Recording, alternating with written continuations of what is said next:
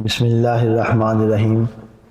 عزیز طلباء، ابھی آپ نے حضرت علامہ مولانا پروفیسر محمد معین الدین صاحب جیدہ میدہ کی گفتگو سماعت فرمائی، بڑا اہم موضوع اصول خطابت کے حوالے سے، جس پر وہ گفتگو فرما رہے تھے کہ کون سی چیزیں ہیں جو آپ کی گفتگو اور خطاب میں ہونی چاہیے، ضروری ہیں، اس کو خوبصورت بناتی ہیں، آپ کی تقریر کا حسن بنتی ہیں، اور کون سی چیزیں ہیں جو نقائص اور عیوب میں شمار ہوتی ہیں۔ تو بالکل جس طرح چھاننی لگا کے ایک چیز واضح کی جاتی ہے، بالکل کلیئر انہوں نے یہ چیزیں بیان فرما دی ہیں، اور اس موضوع کے لیے موزوں ترین خطاب آپ نے فرمایا ہے۔ تو ابھی الفاظ کی ادائیگی کے حوالے سے بھی آپ سن رہے تھے، تو اب یہ دو الفاظ میں نے آپ کے سامنے بولے ہیں، ابھی اچانک ہی میرے ذہن میں آ گئے کہ ایک ہے موضوع اور ایک ہے موضوع۔ تو موضوع جو آپ کی گفتگو کا عنوان ہے، جس کے اوپر آپ نے گفتگو کرنی ہے، وہ موضوع ہے۔ جیسے آج کی گفتگو کا یہ موضوع تھا کہ تقریر کے نقائص کیا ہوتے ہیں، اس کی خوبیاں کیا ہوتی ہیں، اور موضوع کا مطلب ہے مناسب۔ تو اس موضوع پر موزوں ترین خطاب آپ نے سماعت فرمایا ہے۔ تو اللہ پاک آپ کے علم و عمل میں برکتیں عطا فرمائے، اور خوبصورت انداز سے، اور پھر حضور ضیاء الامت رحمۃ اللہ تعالی کا حوالہ دے کر گفتگو فرمائی ہے۔ آج کی اس نشست میں جو مجھے عنوان دیا گیا ہے وہ مبتدی طلباء کے لیے خطابت کے اصول ہیں کہ انہیں کس طرح اس میدان میں قدم رکھنا چاہیے اور کن چیزوں کا خیال رکھنا چاہیے۔ مبتدی معلوم ہے آپ کو، ابتدا کرنے والا، آغاز کرنے والا۔ آپ کتاب بھی پڑھتے ہیں دستور المبتدی، جو ابتدائی طالب علم ہے، آغاز کرنے والا ہے، اس کے لیے دستور اور قاعدہ۔ تو وہ تو دستور المبتدی ہے صرف کے قواعد کے لیے، لیکن آج کی نشست میں آپ نے جو دستور المبتدی پڑھنا ہے یا سننا ہے وہ خطابت کے حوالے سے ہے۔ تو جو آغاز کر رہے ہیں، بالکل ابتدائی سطح کے طلباء ہیں اور خطابت کے میدان میں آئیں گے، ان کے لیے جن چیزوں کی ضرورت ہے، جن اصول و ضوابط کو مد نظر رکھنے کی ضرورت ہے، ان میں سے سب سے پہلا ہے آمادگی، کہ آپ تقریر کرنے کے لیے آمادہ ہوں، بیان کرنے کے لیے آمادہ ہوں، شوق ہو۔ حفلے میں جب آپ کا نام اناؤنس کیا جائے تو بہت سے اسٹوڈنٹس ایسے ہوتے ہیں جو کنی کترانے کی کوشش کرتے ہیں، پیچھے ہٹنے کی کوشش کرتے ہیں کہ یہ ٹل جائے مصیبت ہمارے ساتھ سے، یہ بلا ہم پر نہ پڑے، اور وہ کہتے ہیں کہ اس دفعہ نہیں، میں پھر کروں گا، پھر ٹال مٹول سے کام لیتے رہتے ہیں۔ تو مبتدی کے لیے پہلی چیز ہے آمادگی، وہ آمادہ ہو۔ اور آمادہ نہ ہونے کی ایک بہت بڑی وجہ یہ بھی ہے کہ کچھ طلباء کے ذہن میں یہ بات ہوتی ہے کہ ہم نے مولوی نہیں بننا، یہ رویہ ہوتا ہے، انسان کی سوچ ہوتی ہے، ایک معاشرے کی طرف سے ایک آپ اس کو کہہ رہے تضحیک امیز رویے کی بنا پر ان کے ذہنوں میں یہ خیال آتا ہے، یا اس کی جو معاشرتی حیثیت ہے، یا اس کا جو مالی آگے جو اس کو مستقبل نظر آ رہا ہے اپنا، مختلف وجوہات کی بنا پر وہ یہ پسند نہیں کرتا کہ مجھے مولوی کہا جائے۔ تو آپ اس چیز کو ذہن سے نکال دیں، آپ مولوی نہ بنیں، آپ عالم بن جائیں، عالم نہ بنے مولانا بن جائیں، مولانا بنے آپ مذہبی سکالر بن جائیں، کچھ نہ کچھ تو آپ نے بننا ہی ہے۔ اور یہ جو آپ کا انتخاب ہوا ہے علم دین سیکھنے کا، یہ آپ کے لیے کوئی شرمندگی اور ندامت کا باعث نہیں ہے، یہ تو اعزاز اور فخر کی بات ہے۔ مَن یرد اللہ بہ خیرا یفقہہ فی الدین، اللہ تعالیٰ جس سے خیر کا ارادہ فرماتا ہے اسے دین کی سمجھ عطا کر دیتا ہے۔ تو اس چیز کو ذہن سے نکال دیں کہ ہم نے جی مولوی نہیں بننا۔ وہ یہی وجہ ہوتی ہے کہ وہ بہت ساری توجہ اس چیز پہ دے دیتے ہیں کہ ہمیں لوگ مولوی نہ کہیں، وہ کپڑوں کا انداز ایسا رکھیں گے، اپنی داڑھی کی طرح خراش ایسی رکھیں گے، اپنا حلیہ ایسا بنانے کی کوشش کریں گے، بالوں کے سٹائل پہ اوپر زیادہ توجہ دیتے رہیں گے کہ مدرسے میں پڑھنے کے باوجود ہمیں کوئی مولوی نہ کہہ دے۔ تو اس میں کوئی پریشانی والی بات نہیں ہوتی۔ اس کے اوپر میرے اشعار بھی ہیں کہ اس حوالے سے آپ کو شرمندگی کا جو ہے وہ نہیں کرنا چاہیے۔ دین کی کرتا ہے جو بھی چاکری مرتا نہیں۔ کچھ اشعار سے ہے دلچسپی تو پھر اس کا اظہار ہونا چاہیے، جو سنانے والا اسے بھی پتہ چلے کہ آپ شعر سننا پسند کرتے ہیں۔ جیسے استاد فرما رہے تھے اشعار بھی گفتگو کو خوبصورت بنا دیتے ہیں، تو دین کی کرتا ہے جو بھی چاکری مرتا نہیں، وہ اترتا ہے لحد میں پر کبھی مرتا نہیں۔ اور شاعری عصری علوم اور ہے بجا تحقیق بھی، میں اپنی بات کر رہا ہوں، شاعری عصری علوم اور ہے بجا تحقیق بھی میرے اندر ہے مگر جو مولوی مرتا نہیں۔ سمجھ آئیے بات؟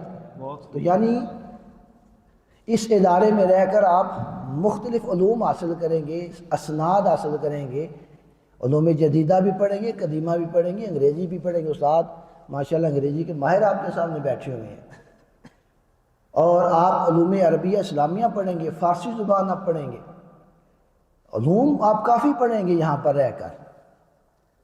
علم قرآن و حدیث و فقہ و تاریخ و ادب اس جگہ بڑھتا ہے نور آگ ہی مرتا نہیں۔ تو یہ مختلف علوم آپ پڑھتے ہیں، اور پھر شاعری کے ساتھ بھی چونکہ میرا تعلق ہو گیا، اور عصری علوم کے حوالے سے جیسے انگریزی ہم پڑھتے ہیں، سیاسیات پڑھتے ہیں، معاشیات پڑھتے ہیں، اور یہ جو مقالہ لکھنا ہوتا ہے لکھتے بھی ہیں، لکھواتے بھی ہیں بچوں کو۔ تو یہ ساری چیزیں ہیں کہ شاعری عصری علوم اور ہے بجا تحقیق بھی میرے اندر ہے مگر جو مولوی مرتا نہیں۔ تو یہ مولوی ہونا کوئی آپ کے لیے باعث ندامت اور پریشانی نہیں ہے، یہ آپ کے لیے اعزاز اور فخر کی بات ہے۔ اسے آپ بالکل اون کیا کریں کہ ٹھیک ہے جی ہم ہیں۔ مولوی کسے کہتے ہیں؟ دین کے خادم کو ہی کہتے ہیں۔ تو بہرحال یہ ایک وجہ بنتی ہے کہ ہم آمادہ نہیں ہو پاتے، تو آمادگی سب سے پہلے ضروری ہے کہ آپ تقریر کرنے کے لیے آمادہ ہو۔ دوسرا سبب آمادگی کے نہ ہونے کا وہ آپ کی جھجک ہے، عدم اعتماد ہے، کانفیڈنس کا نہ ہونا ہے۔ ابھی آپ گفتگو سماعت فرما رہے تھے کہ بچہ پریشان ہو جاتا ہے، گھبرا جاتا ہے کہ میں کیا بیان کروں گا، میرے پاس مواد ہی نہیں ہے، مجھے بولنا ہی نہیں آتا، کلاس کے سامنے کھڑے ہو کے کیسے گفتگو کروں گا۔ تو اعتماد کا نہ ہونا یہ بھی آپ کی آمادگی کے لیے رکاوٹ بن جاتا ہے۔ تو اس کو کیسے ختم کرنا ہے کہ جب تک آپ کے پاس مواد نہیں ہوگا، کنٹینٹ نہیں ہوگا، آپ کے پاس تقریر کے لیے وہ نہیں ہوگا، تحریر نہیں ہوگی، اشعار نہیں ہوں گے، قرآن و حدیث نہیں ہوگا، آپ کے اندر جھجک بھی رہے گی اور آپ آمادہ بھی نہیں ہوں گے۔ لیکن اگر آپ کو مواد مل جاتا ہے، تقریر مل جاتی ہے، آپ اس کو پڑھتے ہیں، اس کا اتار چڑھاؤ دیکھتے ہیں، اس کے الفاظ دیکھتے ہیں، خود آپ کو وہ پسند آ جاتی ہے تقریر، پھر آپ اس کی تیاری کرتے ہیں، تو خود بخود آپ کے اندر اعتماد بھی پیدا ہو جائے گا اور آپ کی آمادگی بھی آ جائے گی۔ تو اس لیے اسے بھاگنا نہیں ہے، آمادہ ہونا ہے، اور آمادہ ہونے کے بعد آپ نے موضوع کو ڈھونڈنا ہے اور تلاش کرنا ہے۔ آپ نے اپنے عدم اعتماد کو ختم کرنا ہے، کانفیڈنس پیدا کرنا ہے، اور وہ ہوگا آپ کی تیاری کے ساتھ۔ آپ کو موضوع کے اوپر جب مواد مل جائے گا، آپ کے ہاتھ میں تقریر آ جائے گی، تو اعتماد بھی خود بخود پیدا ہو جائے گا۔ اب یہ کیسے ہوگا؟ مبتدی طلباء ہیں، ظاہری بات ہے مختلف موضوعات پر ان کی تیاری نہیں ہوتی، از خود تیار نہیں کر سکتے، تو یہ آپ نے اخذ کرنا ہے، ڈھونڈنا ہے اور تلاش کرنا ہے۔ آپ طالب ہیں، آپ اپنے مختلف اساتذہ سے گزارش کریں کہ میں نے تقریر کرنی ہے اور مجھے مواد چاہیے، آپ میری رہنمائی فرمائیں۔ اب ہوتا ہے بسا اوقات یہ ہے کہ یہ بھی دیکھنا ہوتا ہے کہ استاد صاحب کس کیفیت میں بیٹھے ہوئے ہیں، کس عالم میں بیٹھے ہوئے ہیں، تھکے ہوئے تو نہیں ہیں، ان کو کوئی اور مصروفیت تو نہیں ہے، کوئی چھٹی کا ٹائم تو نہیں ہو گیا۔ اب اگر 8ویں پیریڈ میں آپ استاد صاحب سے کہیں کہ جب وہ جانے لگیں گھر کے میں نے تقریر کرنی ہے، تو وہ کہے گا بھائی آپ مجھ سے بات بھی نہ کرو۔ تو یہ کچھ آداب ہیں کہ دیکھنا یہ ہے کہ استاد جس سے آپ وہ طلب کر رہے ہیں، کہہ رہے ہیں، گزارش کر رہے ہیں، اس کی حالات اور اس کی مصروفیت کا بھی خیال رکھنا ہے۔ اور اگر ایک دفعہ آپ کو انکار کر دیا تو پریشان نہیں ہونا، دوبارہ کسی موقع پہ عرض کرنی، کیونکہ آپ طالب ہیں۔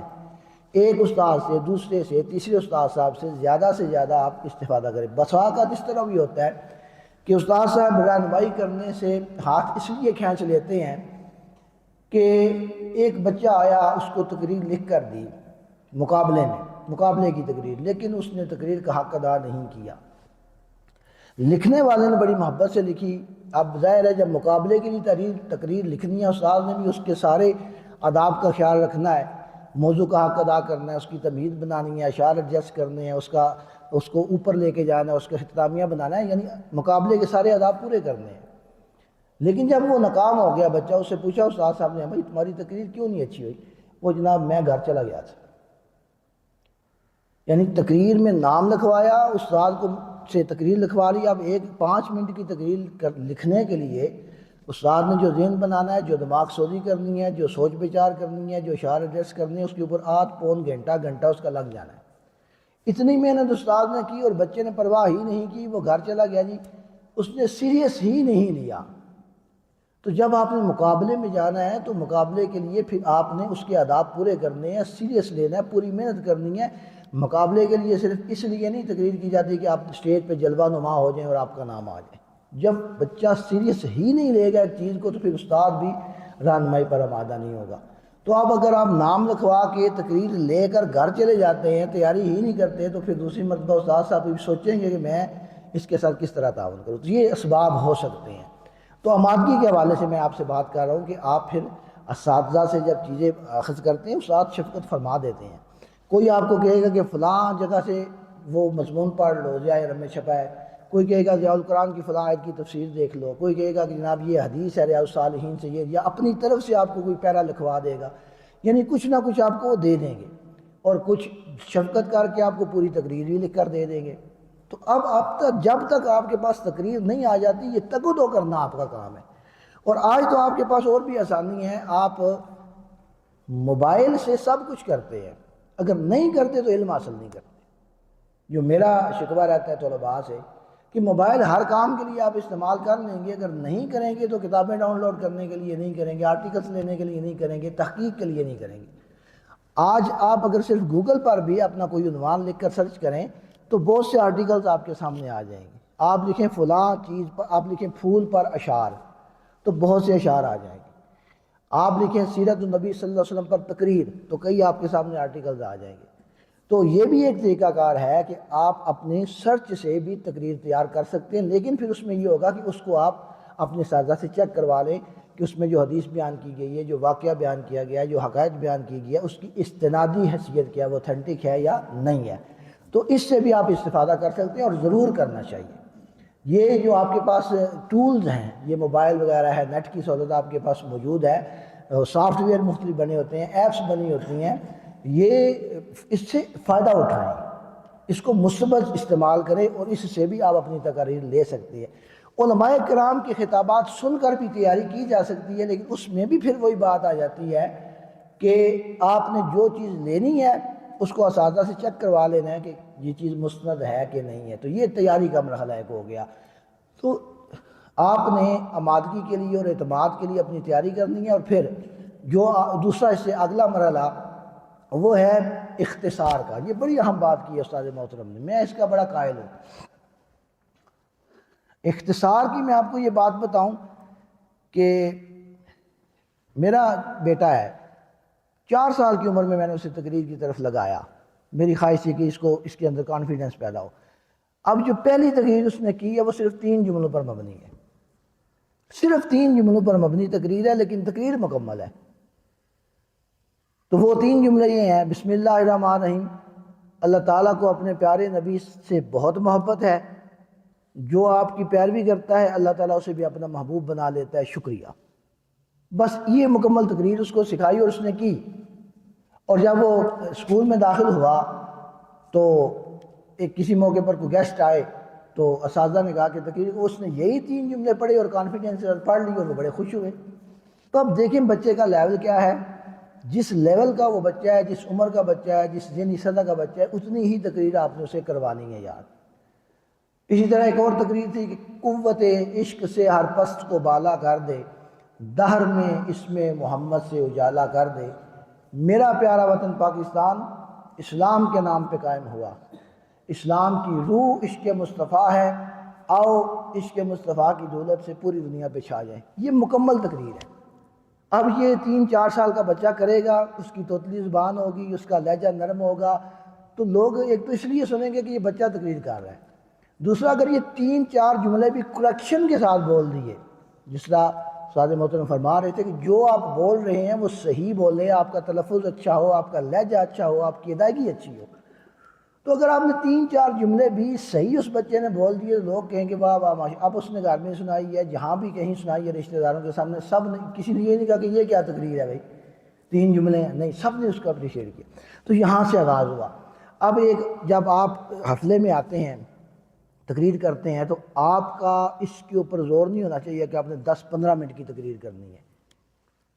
آپ بے شک 3 سے 4 منٹ کی تقریر تیار کریں، 4 سے 5 منٹ کی تقریر تیار کریں، اختصار کے ساتھ تقریر تیار کریں، لیکن جو کریں وہ مکمل ہو، اس میں پورے آداب ہوں، اس کا ابتدائیہ ہو، اس کو اپنے پورے موضوع کی پیک پہ لے کے جائیں، اس کا اختتامیہ کریں اور نتیجہ نکالیں، مکمل تقریر ہو.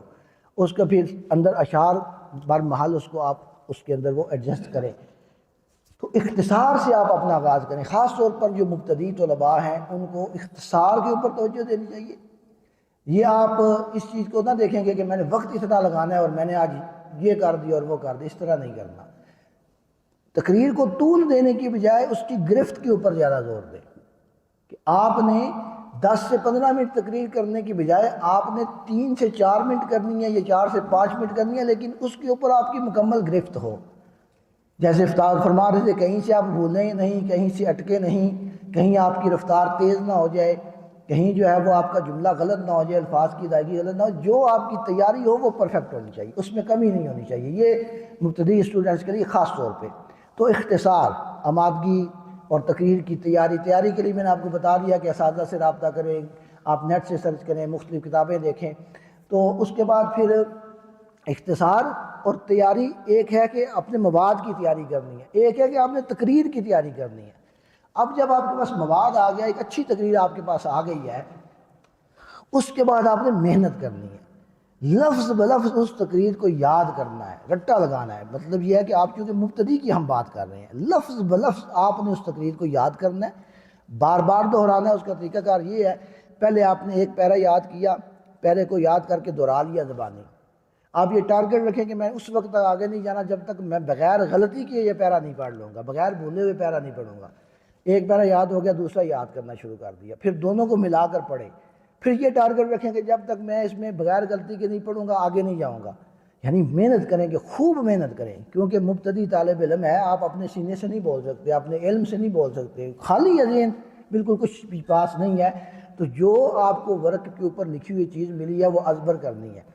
پھر آپ کم از کم یہ رکھیں کہ جب پوری آپ کی تقریر مکمل ہو گئی ہے تو 5-7 مرتبہ 10 مرتبہ اس کو دہرائیں، اس طرح دہرائیں کہ کہیں غلطی نہیں آئی، فر آپ کو یاد ہو جائے. میں تو یوں کہا کرتا ہوں جیسے سورہ فاتحہ آپ کو آتی ہے، اس طرح تقریر آپ کو یاد ہونی چاہیے. پھر اس کے بعد ایک اور مرحلہ آ جاتا ہے تیاری کے حوالے سے.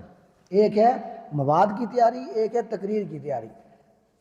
تقریر اگر آپ نے بڑی اچھی طریقے سے تیار کر لی ہے، آپ کو روانی کے ساتھ یاد آتی ہے، تو پھر ایک مسئلہ پیدا ہوتا ہے آپ کی رفتار کا. اتنی دفعہ آپ نے دہرائی ہے، اتنی دفعہ کی ہے، آپ کی رفتار ہی بہت تیز ہو گئی ہے.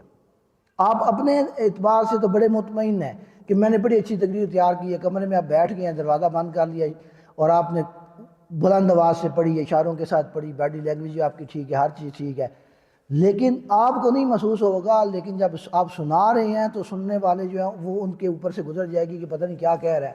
آپ کہیں گے یار میں نے تو بڑی تیاری کی تھی.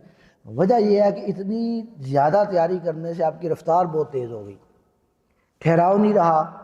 سمجھانا جو ہوتا ہے، ایک ہوتا ہے خطاب میں، جس طرح استادوں نے فرمایا کہ ایک پلر کو دیکھ کر نہیں کرنا، خطاب میں تفہیم ضروری ہے. خطاب کا مطلب ہی ہوتا ہے مخاطب کرنا. تقریر کرنا سبق سنانا نہیں ہے، مخاطب کرنا ہے کہ گویا آپ ایک ایک بندے سے گفتگو کر کے اسے سمجھا رہے ہیں. تو جو آپ نے رفتار کے ساتھ تقریر کر دی وہ خطاب نہیں ہوگا، وہ رٹا ہوگا. تو یہ آپ نے دائیں بائیں آگے پیچھے سب کو دیکھنا ہے، خطاب کرنا کہ آپ ان کو ساتھ لے کر چل رہے ہیں، مجمع کو اپنے ساتھ لے کر چل رہے ہیں. تو آپ نے آج کل آپ کے پاس یہ موبائل کی سہولت موجود ہے، آپ اپنی ہی آواز کر کے ریکارڈ کر کے اس کو سنیں. محسوس ہوگا آپ کو کہ یار یہ میری رفتار ابھی بہت تیز ہے، یہ تو نہیں سمجھ آ رہی، اس کو پھر رفتار کو کنٹرول کریں. پوری گرفت آپ کی تقریر کے اوپر ہو، جملوں کی ادائیگی اچھی ہو، اشعار پڑھنے کا انداز درست ہو. اشعار پڑھنا بھی اساتذہ سے سیکھیں. بسا اوقات ایسا ہوتا ہے کہ اقبال کا شعر بھی یوں پڑھا جاتا ہے کہ پڑھنے والا وزن گرا دیتا ہے. اس لیے اشعار کی ادائیگی بہت اہم ہے. اوزان کے مطابق اشعار کو پڑھنا ہوتا ہے. شعر درست ہے لیکن پڑھنے والے نے یوں پڑھا کہ اس نے وزن گرا دیا. تو اشعار کو بھی اساتذہ سے سمجھ کے جائیں. پھر جو تقریر کے اندر اتار چڑھاؤ ہے، کبھی آپ نے ٹھہرنا ہے، کبھی رکنا ہے، کبھی آپ نے دوبارہ آپ کو اوپر لے کے جانا ہے، تو یہ اس کو آپ نے تیار کرنے کے بعد کنٹرول کرنا ہے. اپنی تقریر کو مکمل گرفت کے اندر لے کے آنا ہے کہ نہ تو آپ کو وہ بھول رہی ہو، نہ اٹک رہی ہو، اور نہ ہی رفتار اتنی زیادہ ہو جائے کہ لوگ کہیں جی آپ نے بس یہ رٹا ہی لگایا ہوا ہے. رٹا لگا کر اس کو پھر اس انداز سے تقریر کریں کہ دیکھنے والا سمجھے کہ آپ اپنے سینے سے بول رہے ہیں، رٹا لگایا ہی نہیں ہوا. تو اتنی محنت کریں گے تو تب آپ جا کر اس کا جو ہے وہ حق ادا کر سکتے ہیں تقریر کی تیاری کا. تو یہ کچھ چیزیں ہیں جو مبتدی طالب علموں کے حوالے سے میں نے آپ کو بیان کی ہیں، اور کچھ اور چیزیں بھی رہتی ہیں. ہاں، اس میں ایک چیز ہوگی، اختصار کی بات ہوگی، آمادگی کی ہوگی، اعتماد کی ہوگی. ایک بات ہے تنقید و اصلاح کی. آپ نے ہفتہ پورا لگایا، تقریر تیار کی، بڑی اچھی تقریر آپ نے کی ہے، لیکن آپ کو معلوم ہے کہ سب سے بڑے ناقد آپ کے ساتھی ہوتے ہیں، آپ کے کمرے والے، آپ کے کلاس والے. کہیں سے بھی تھوڑی سی بھی غلطی ہوگی، یا آپ نے چہرہ اپنا بڑا کرخت بنا لیا تقریر کے دوران، یا جو بھی کوئی بھی ایسی معاملہ ہو گیا، آپ کی قمیض دوری ہو گئی ہے، ٹوپی صحیح نہیں ہے، کچھ نہ کچھ آپ سے غلطی ہو گئی ہے، تو وہ پکڑ لیں گے آپ کو مذاق بنانا شروع کر. انہوں نے یہ نہیں دیکھنا کہ یار اس نے بڑی محنت کی ہے. آپ یہاں پر جو تنقید ہوگی وہ برداشت کر دیں گے، اور اس سے دل برداشتہ ہو کر پیچھے نہیں ہٹنا. اور پھر آپ نے دیکھنا کہ یار جی جو بات کر رہے ہیں مجھے تو غلط لگ رہی ہے، لیکن بات ان کی ٹھیک ہے. اگر میری ٹوپی ٹیڑھی ہے تو ٹھیک کر کے مجھے جانا چاہیے، اگر میری ڈریسنگ اچھی نہیں تو مجھے مناسب کرنی چاہیے، مجھ سے لفظ غلط ہو گیا تو درست کرنا چاہیے، میرا چہرہ اندر زیادہ کرختی آ گئی ہے تو میں آپ کو یہاں کا واقعہ بتاتا ہوں. ایک دفعہ یہاں پر مقابلے کی تقریر تھی اور موضوع تھا پاکستان کے حالات. اب یہاں پر وہ مقرر صاحب کھڑے ہیں اور یہاں پر صدر محفل بیٹھے ہیں. اب وہ اپنی تقریر کر رہا ہے جوش سے، وہ کہتا ہے جناب صدر، بے حیائی اور یعنی فحاشی، مہنگائی، وہ سارا صدر محترم کے اوپر، یعنی جتنے بھی حالات خراب ہیں وہ سارا، وہ پورا غصہ جو ہے وہ صدر محترم کو مخاطب کر کے کہہ رہا ہے. اب تقریر تو اس نے اچھی تیار کی، لیکن یہ جو انداز ہے کہ صدر محترم کو گھور کے اور پورے غصے سے صدر محترم کو مخاطب کر کے جی مہنگائی، افلاس، غربت، بے زورگاری، فلاں فلاں فلاں فلاں، ناانصافی، ظلم و ستم، جبر و تشدد، وہ سارا صدر محترم پہ. تو پھر ظاہری بات ہے وہ مذاق تو بنے گا، لڑکے ہنسیں گے تو صحیح. تو اس چیز کو جب توجہ دلائی جانی ہے تو آپ نے کنٹرول کرنا ہے، غصہ نہیں کرنا کہ ہاں بھائی واقعی. پھر بسا اوقات ایسا بھی آپ کے ساتھ ہو سکتا ہے کہ آپ نے بڑی اچھی تیاری کی ہے، 5-7 مرتبہ آپ نے دہرائی ہے، لیکن سٹیج پہ آ کے آپ نے 2 جملے بولے ہیں، ذہن سے ساری محو ہو گئی. یہ بھی ہو جائے گا، تو اس سے بھی نہیں گھبرانا، دوبارہ پھر آ جائے سٹیج پہ. ایک موقع آئے گا، 2 مرتبہ گریں گے، 3 مرتبہ گریں گے، وہ گرتے ہیں شاہ سوار ہی میدان جنگ میں، وہ والی بات ہے. تو اس سے گھبرانا نہیں ہے، تنقید برداشت کریں اور اپنی اصلاح کریں، یہ بہت لازمی چیز ہے. اور اس کے بعد جو چند چیزیں اور ہیں ان میں ہے کہ حفلے کو معمولی نہ سمجھیں. آپ کا جو ہفتہ وار یہ پروگرام ہوتا ہے جسے ہم بزم ادب بھی کہتے ہیں، حفلہ بھی کہتے ہیں، یہ آپ کی تربیت ہے تقریر کے حوالے سے بہترین تربیت ہے، بہترین ورکشاپ ہے. اس سے بہتر ورکشاپ کوئی نہیں ہے، اس سے بہتر تقریر سیکھنے کا موقع کوئی نہیں ہے آپ کے پاس. اس کی وجہ یہ ہے کہ آپ اپنے دوستوں میں بیٹھے ہوئے ہیں جو بے رحم نقاد ہیں، کیونکہ بے تکلف ہے آپ کے ساتھ، محبت کرنے والے ہیں، مزاح بھی چلتا ہے، اور وہ بے رحم نقاد ہیں، دوستوں سے بڑھ کر بے رحم. انہوں نے لحاظ کو نہیں، آپ کو کسی حوالے سے لحاظ نہیں کرنا، اور سامنے پھر استاد محترم موجود ہیں. استاد کے سامنے بولنا تو ابھی تک ہم کام جاتے ہیں، استاد تشریف فرما ہو جائیں تو ہماری وہ قوت گویائی نہیں رہتی ہمارے پاس بھی وہ والی. تو استاد صاحب کے موجودگی میں بولنا، اور پھر یہ بھی خیال ہونا کہ یار غلطی نہ ہو جائے، کوئی عقائد کے اعتبار سے نہ ہو جائے، آیت غلط نہ ہو جائے. تو حفلے کے اندر آپ نے اگر 5 منٹ کی تقریر بھی کامیابی سے کر لی ہے، آپ نے جو کچھ تیار کیا تھا اس کو بول دیا، ایک دفعہ سٹیج پہ بھی آ گیا، تو یہ بھی آپ کی بہت بڑی کامیابی ہے. اور حفلے کے اندر جتنا آپ سامنے آئیں گے سٹیج پر، اگر آپ ساری وہ جان چھڑاتے رہیں اور جب بھی نام آیا آپ گھر بھاگے جا کے جرمانہ دے دیا یا سزا لے لی اور کیا جی یار مجھ سے نہیں ہوتی، تو نہیں. حفلے سے بہتر آپ کی تربیت گاہ کوئی نہیں ہے تقریر کے حوالے سے. تو حفلے میں ضرور شامل ہوں اور اس میں سماعت بھی سیکھیں اور خطابت بھی سیکھیں. یہ بھی یاد رکھ لیں کہ بولنا جس طرح ایک فن ہے، اسی طرح سننا بھی فن ہے۔ اچھا بولنے کے لیے اچھا سننا بھی ضروری ہے۔ ہم بسا اوقات یوں کرتے ہیں کہ ہم بیٹھے ہیں، 2-3 آدمیوں نے گفتگو کرنی ہے، تو جو بھی صاحب گفتگو کر رہے ہیں ہم اس کو نہیں سن رہے ہوتے، ہم اپنے موبائل میں لگے رہتے ہیں، اپنی باری کا انتظار کرتے رہتے ہیں۔ تو اس طرح نہیں ہونا چاہیے۔ اچھا سننا بھی بہت ضروری ہے۔ جب تک آپ اچھے انداز سے گفتگو کو سنیں گے نہیں تو آپ اچھا بول بھی نہیں سکتے۔ تو اچھی سماعت بھی ضروری ہے، اور حفلے کے اندر آپ نے سماعت بھی کرنی ہے۔ حفلہ جو ہے وہ آپ کا صرف خطاب کرنے کے لیے نہیں ہے، سماعت کرنے کے لیے بھی۔ تو حفلے کو آپ نے معمولی نہیں سمجھنا۔ اس کے بعد کچھ کتابوں کا تذکرہ استاد محترم نے کیا، اس میں میں بھی ریپیٹ کروں گا ضیاء القرآن شریف کو۔ اچھا آپ کو مواد نہیں مل رہا کہیں سے بھی، پہلے تو میں نے آپ کو بتایا نا کہ آپ مواد لیں، اساتذہ سے پوچھیں یا گوگل سے سرچ کر لیں، یا اچھا طلباء کی تقریریں، یہ کتابیں اس طرح کی بھی مل جاتی ہیں، انعام یافتہ تقریریں۔ یہ وہ تقریریں ہوتی ہیں جو آپ نے مقابلوں میں کرنی ہے، جو کسی شعر کے مصرعے کے اوپر تقریر ہوتی ہے۔ علامہ اقبال کا کوئی مصرعہ ہے، قوت عشق سے ہر پست کو بالا کر دی، اسی شعر کے اوپر تقریر۔ تو اس قسم کی تقریریں بھی آپ کو مل جاتی ہیں۔ تو حفظے کے اندر اس قسم کی تقریر بھی ہو سکتی ہے، اور جو ہمارے مذہبی موضوعات ہیں اس کے اوپر بھی ہو سکتی ہے۔ تو یہ کنٹینٹ کے لیے اور مواد کے لیے آپ یہاں سے بھی تقریریں لے سکتے ہیں۔ اگر آپ کو کچھ بھی نہیں مل رہا، آپ ضیاء القرآن شریف کھولیں اور بسم اللہ الرحمن الرحیم کی جو تفسیر حضور ضیاء الامہ نے لکھی ہے اس کو یاد کر لیں۔ وہ اتنی جامع تفسیر ہے، اس میں 2 دفعہ حدیث بھی آ جاتی ہے، اس کی تفسیر بھی آ جاتی ہے، آپ کی تقریر تیار ہو جائے گی۔ اسی کو اچھے طریقے سے یاد کر لیں۔ اسی طرح آپ آگے چلتے جائیں، مختلف آیات ہیں، کئی آیات میں ایک صفحے کی بھی آپ کو یہ جو ہے ان الصلاۃ تنہی عن الفحشاء والمنکر، اس کی اگر آپ تفسیر پڑھیں تو بہترین آپ کی حفلے کی تقریر تیار ہو جاتی ہے۔ تو ضیاء القرآن بہترین ہے آپ کی تقریر کی تیاری کے لیے۔ اس کا یہ فائدہ ہوگا کہ آپ کو ایک آیت کے ساتھ احادیث بھی مل جائیں گی، اور وہ آپ کا ذخیرہ حدیث بھی آپ کے ذہن میں محفوظ ہوتا چلا جائے گا۔ ضیاء القرآن سے تیاری کریں گے تو ذخیرہ حدیث بھی محفوظ ہوتا چلا جائے گا، ادبی الفاظ بھی آ جائیں گے، بر محل اشعار بھی آپ کو ملتے رہیں گے۔ تو آپ کو کچھ بھی نہیں مل رہا تو ضیاء القرآن کو ہی آپ بنیاد بنا لیں۔ کم از کم حفلے کی تقریر تو اس سے ہو جاتی ہے، بلکہ ہم تو جمعے کی تیاری بھی اسی سے کرتے ہیں، اور بہترین تیاری ہو جاتی ہے۔ اس کے بعد ریاض الصالحین بہت اہم کتاب ہے، خاص طور پہ جو آپ کے اصلاحی اور اخلاقی موضوعات ہیں، اور جن موضوعات کی اس وقت اشد ضرورت ہے معاشرے کو۔ مثال کے طور پر امر بالمعروف اور نہی عن المنکر ہے، جو آپ کے کورس میں جتنا حصہ شامل ہے، کتاب الاداب جو شامل ہے، اس میں آپ صبر کے اوپر پڑھتے ہیں، یقین و توکل کے اوپر پڑھتے ہیں، توبہ کے اوپر پڑھتے ہیں، امر بالمعروف نہی عن المنکر کے اوپر۔ تو ان کا اتنا خوبصورت انداز ہے کہ پہلے 2 3 4 آیات دیتے ہیں۔ اب وہ 2 3 4 آیات جو آپ کو وہاں سے ریاض الصالحین سے ملی ہیں، اگر آپ ان کے ترجمے پر ہی اکتفا کرتے ہوئے آگے حدیث پڑھ دیں تو آپ کی تقریر تیار ہے۔ لیکن آپ کو چاہیے کہ ان آیات کو ضیاء القرآن سے جا کے دیکھ لیں۔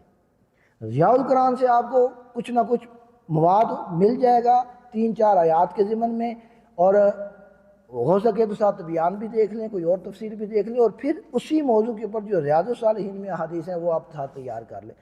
اب یہ مواد آپ کے پاس آ گیا، اب اس کو جوڑنا، ترتیب دینا، اس میں ربط پیدا کرنا، اس کو تقریر کا رنگ دینا، یہ آپ کا کام ہے۔ آپ بیٹھ جائیں اور اس کو تقریر کا رنگ دیں۔ تو تیاری کے حوالے سے ضیاء القرآن شریف، ریاض الصالحین، اس قسم کی کتابیں یہ بہت آپ کے لیے مفید ہیں۔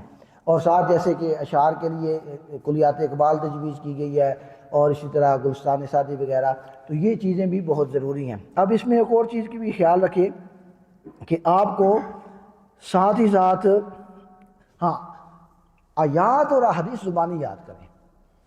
یہ جو وقت جا رہا ہے، میں نے پچھلی گفتگو میں بھی کہا تھا، آج لوگ جو بات کر رہے ہیں مخالفین آپ کے، وہ ڈائریکٹ قرآن و سنت سے بات کر رہے ہیں، ادھر ادھر جاتے ہی نہیں ہیں۔ حدیث کے نمبر بھی انہیں یاد کیے ہوئے 144 یا فلانی کتاب کی، سیدھا آپ کے منہ پہ مارتے ہیں، تو ہم پریشان ہو جاتے ہیں۔ تیاری کریں آپ، اور قرآن کی آیات آپ کو یاد ہونی چاہیے زبانی، فلاں سورہ کی فلاں آیت، اور اسی کے بعد اسی کے ساتھ آپ احادیث یاد کریں۔ اور احادیث آپ نے یوں یاد کرنی ہے کہ بخاری شریف کی حدیث ہے، کتاب العلم ہے اور باب فلاں ہے اور حدیث نمبر یہ ہے۔ ترمذی شریف کی حدیث ہے، کتاب الطہارت ہے اور باب فلاں ہے اور حدیث نمبر یہ ہے۔ یہ آپ شروع سے ہی، ابتدا سے ہی یاد کرنا شروع کر دیں۔ احادیث کا ذخیرہ آپ مولانا شیخ شعراوی صاحب رحمۃ اللہ علیہ کی تقاریر سنیں اگر، تو حدیث کی حدیث زبانی پڑھتے چلے جاتے ہیں عربی عبارت کے ساتھ۔ تو جب آپ عربی عبارت کے ساتھ احادیث پڑھ کر سنا رہے ہوں گے تو آپ کا ویسے ہی روب جم جائے گا، روب بیٹھ جائے گا، اور سمجھیں گے، سامعین بھی سمجھ جائیں گے، سننے والے اور باقی جو لوگ ہوں گے وہ بھی سمجھ جائیں گے کہ واقعی کوئی صاحب علم آدمی ہے۔ اور یہ ضروری بھی ہے کہ اصل جو ہمارا دین ہے وہ تو قرآن و سنت میں ہی مبنی ہے، تو ذخیرہ احادیث آپ کے پاس ہونا چاہیے۔ آپ احادیث کو زبانی یاد کرنے کی کوشش کریں، درست تلفظ اور ادائیگی کے ساتھ، درست اعراب کے ساتھ، تو یہ بہت ضروری چیز ہے احادیث کی تیاری ہے۔ اب ایک چیز رہ گئی ہے کہ یہ بھی یاد رکھ لیں کہ ہر جگہ پہ آپ کی تقریر جمعے والی یا جلسے والی نہیں ہوتی۔ مقابلے کی تقریر کا رنگ اور انداز کچھ اور ہے، کانفرنس میں جو آپ نے گفتگو کرنی ہے اس کا رنگ اور انداز کچھ اور ہے۔ اسی طرح بسا اوقات آپ کو شہر کی انتظامیہ دعوت دیتی ہے، شہر کی انتظامیہ جی محرم آ رہا ہے تو ہمیں آپ آ کر اپنی رائے اور تجویز دیں، تو وہاں پر آپ نے وہ خطبے والا انداز نہیں اپنانا۔ رائے اور تجویز دینا اور اظہار خیال کرنا اور تقریر کرنا، اس میں فرق ہے۔ ہر جگہ پہ آپ نے شائستگی کا مظاہرہ کرنا ہے، شائستگی کا، نرمی کا، اور اپنے الفاظ کو خوبصورت انداز میں ادا کرنا۔ کہیں بھی کرختی اور تلخی آپ کے اندر نہیں آنی چاہیے، نرمی اور شائستگی آپ کے لہجے میں موجود ہونی چاہیے ہمیشہ، جوش میں بھی ہوش آپ کا قائم رہنا چاہیے۔ اور اس کے ساتھ ایک اور بات بھی یاد رکھ لیں کہ اب نکل گئی میرے ذہن سے، تو بہرحال ہاں وہ بات یہ ہے کہ جو آپ کا نیچرل انداز ہے، قدرتی طور پر جو آپ کو ادائیگی آپ کو ملی ہے، خطاب کی قوت آپ کو ملی ہے۔ کئی آدمی ہوتے ہیں وہ بڑی دھیمی دھیمی گفتگو کرتے ہیں، جتنے دیر میں ہم 10 جملے بولتے ہیں وہ 4 جملے بولتے ہیں، تو وہ ان کا قدرتی انداز ہے۔ کئی آدمی ہیں جن کا گلا بہت زیادہ ہے، ان کو سر ملی ہے، اشعار اچھے پڑھ لیتے ہیں، وہ سر لگا لیتے ہیں۔ کئی ہیں کہ جن کے اندر جوش خطابت ہے، جیسے ڈاکٹر طاہر القادری صاحب ہے، ہمارے ڈاکٹر نعیم الدین صاحب ہے، ماشاءاللہ بڑا اچھا جوش خطابت ہے ان کا، لیکن ان کا قدرتی ہے، فطری ہے۔ یہ جب جوش خطابت میں جاتے ہیں تو سماع باندھتے ہیں، اپنے ہوش کو کھو نہیں بیٹھتے۔ جتنا زیادہ بھی یہ جوش خطابت اپنا لیں یہ ہوش میں رہتے ہیں۔ تو رضا ثاقب مصطفی صاحب کو دیکھیں تو دھیما دھیما لہجہ، میٹھا میٹھا لہجہ ہے۔ اب آپ کو اگر رضا ثاقب مصطفی جیسا لہجہ ملا ہے، مصطفی صاحب جیسا لہجہ ملا ہے، تو آپ طاہر القادری بننے کی کوشش نہ کریں۔ اگر آپ کو شبیر شاہ صاحب رحمۃ اللہ علیہ جیسا گلا ملا ہے تو آپ اس کو استعمال کریں، اور اگر میرے جیسا آدمی وہ شبیر شاہ بننے کی کوشش کرے گا تو تماشے بنے گا۔ تو اس لیے جو آپ کا قدرتی اور فطری انداز ہے آپ اسی کو لے کر آگے چلیں، آپ کسی کو کاپی کرنے کی کوشش نہ کریں۔ کاپی کرنے کے لیے بھی آپ کو کہتے ہیں نقل کے لیے بھی عقل کی ضرورت ہوتی ہے۔ اگر آپ نے کسی کو کاپی کرنا بھی ہے تو اس میں بھی اپنی فطری صلاحیت کو لے کر چلنا ہے آپ نے۔ تو اگر آپ کے اندر وہ صلاحیتیں موجود ہیں تو ضرور ان کو ابھارنے کی کوشش۔ سر جو رضوی صاحب نے اس دن بھی فرمایا، یہ کوئی ایپ والی بات نہیں ہے، یہ تو ایک نعمت ہے آپ کے پاس، یہ تو ایک ٹول ہے اور ایک ابلاغ کا ایک ذریعہ ہے۔ اگر آپ کے پاس اچھا گلا ہے، اچھی آواز ہے، آپ سر لگا سکتے ہیں تو ضرور لگائیں، لیکن دیکھنا یہ ہے کہ جو عوام تک پہنچا رہے ہیں وہ کیا ہے۔ تو یہ کچھ چیزیں ہیں جو میرے ذہن میں آئیں تو میں نے کہا کہ میں آپ کو بتا دوں۔ اور ڈیوٹی لگائی گئی تھی ڈاکٹر نعیم الدین الرضی صاحب کی طرف سے، ان کے بھی ہم شکر گزار ہیں، ان کی ٹیم کے بھی شکر گزار ہیں، اور اپنے لیے بھی یہ فخر اور اعزاز کی بات سمجھتے ہیں کہ جس دارالعلوم میں ہم خود سیکھنے کے لیے آئے اور حضور جلال امت رحمۃ اللہ علیہ کے کاروان علم و عرفان میں ہم شامل ہوئے، تو آج انہی کے طلباء کو کچھ عرض کرنے کا ہمیں بھی موقع مل رہا ہے۔ تو یہ کچھ چیزیں ہیں، میں امید کرتا ہوں کہ آپ نے ان سے استفادہ کیا ہوگا، ان چیزوں کا آپ نوٹ کریں گے اور ان پر عمل کرنے کی کوشش کریں گے۔ اور ایک آخری بات یہ بھی یاد رکھ لیں کہ ورکشاپ آپ کو صرف رہنمائی فراہم کرتی ہے، اس کے بعد آپ کاپیاں بند کر کے رکھ دیں اور عملی مشق نہ کریں تو اس کا کوئی فائدہ نہیں ہے۔ اب اس کے بعد آپ کو انگلی پکڑ کر لے کر چلنا ہے، وہ وہی چلے گا جو اساتذہ کے ساتھ جا کر رہنمائی لے گا ان کے پاس جا کے۔ تو اب آپ نے اس کے بعد عملی میدان میں آنا ہے، اور جو جو کچھ پڑھا اس کے اوپر جب آپ چلیں گے تو پھر اس کا وہ ہوگا۔ بہت شکریہ جناب۔ جناب تشریف لائیں، کرسی کو لے آئیں۔ تو یہ چند گزارشات تھیں جناب، میں ڈاکٹر صاحب کا شکر گزار ہوں کہ انہوں نے یہ موقع عنایت فرمایا ہے، اور آپ نے استاد محترم کی گفتگو بھی سنی ہے، اور بہت خوبصورت نکات آپ تک پہنچے ہیں، تو انشاءاللہ ان کا فائدہ ہوگا۔ اب اختتامی کلمات ڈاکٹر نعیم صاحب یہ ارشاد فرمائیں گے. بہت شکریہ.